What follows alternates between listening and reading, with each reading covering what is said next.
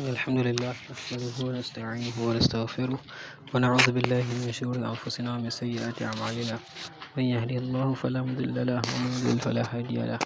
وأشهد أن لا إله إلا الله وحده لا شريك له وأشهد أن محمدا رسوله أما بعد. السلام عليكم ورحمة الله وبركاته. Da fatan kowa yana cikin ƙoshin lafiya. Yau za mu tattauna ne game da rikicin da ke faruwa ko kuma in ce rikicin da yake tsakiya a yanzu game da zaɓen 2027, wanda wannan abu gaskiya ba ƙaramin abu ne mai firgici ba. Ganin yadda aka shirya ma wannan zaɓe, kowane ɓangare sun shirya ma wannan zaɓe. Saboda ita gwamnati mai ci na yanzu za ta yi ƙoƙari duk yadda za ta yi da kuɗi da ƙarfin iko da duk wani abu da za su iya haɗawa, za su haɗa domin ganin cewa sun ƙara komawa sun tazarce a wannan mulki wanda za a yi na 2027. Su kuma talakawa sun ƙagu suna so su samu canji, musamman na wannan mulki wanda ake na APC a yanzu. So idan za ka yi duba zuwa ga mafi yawan talakawa a kashi 100, kashi 80 suna neman canji ga wannan shugabanci. Ganin yadda ake zubar da jini na al'umma, ba musulmi ba kafiran ba, wanda kuma wasu mutane suna cewa wai wannan faɗa ne na addini, wai musulmi ake kashewa, wasu kuma su ce kafirai. A'a, wannan ta'addanci ne fa wanda yake shiryayye. Ba musulmi ba kafiri. In ma kai ba kafiri bane, ba musulmi bane ma, za mu iya haɗawa ma da kai a kashe ko kuma a kama.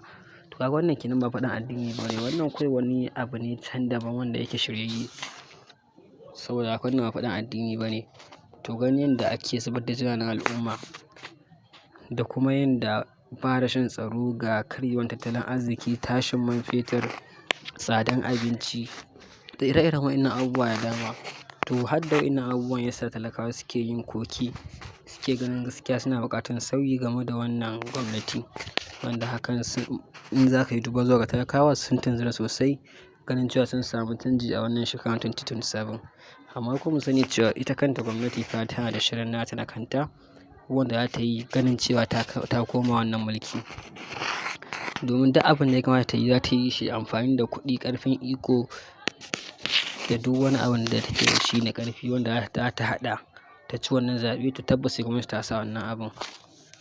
Su ma haka ɓangaren gwamnatin adawa, su ma in za su yi amfani da abin da suke da shi na ƙarfin mulki, ƙarfin kuɗi da tasiri da wasu abubuwan da za su yi amfani da shi wajen ganin cewa sun ƙwace mulki a hannun wancan.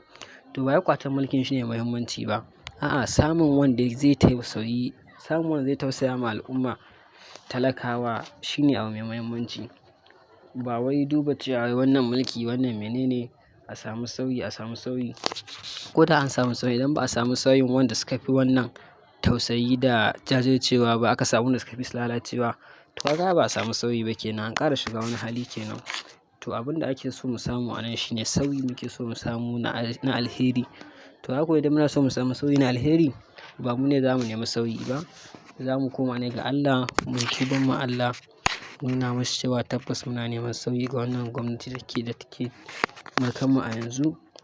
Muna neman sauyin rayuwa wanda zai gyara mana rayuwar mu wanda muke a yanzu na ƙasƙanci da wulaƙanci. Saboda idan muka duba a kwanakin baya, cikin shekarun baya suka wuce, da aka zo ana cewa sai wane, ana ganin wane ne kaɗai zai gyara ƙasan. Da ya hau ga nan shi ne ya ƙara lalata ƙasar, kowa ya sani. To amma kuma abin da ya sa wannan ɗin kuma ba wani abu ne face ba mu nemi zaɓin Ubangiji ba, sai muke ganin wannan shi kaɗai ya ishe mu.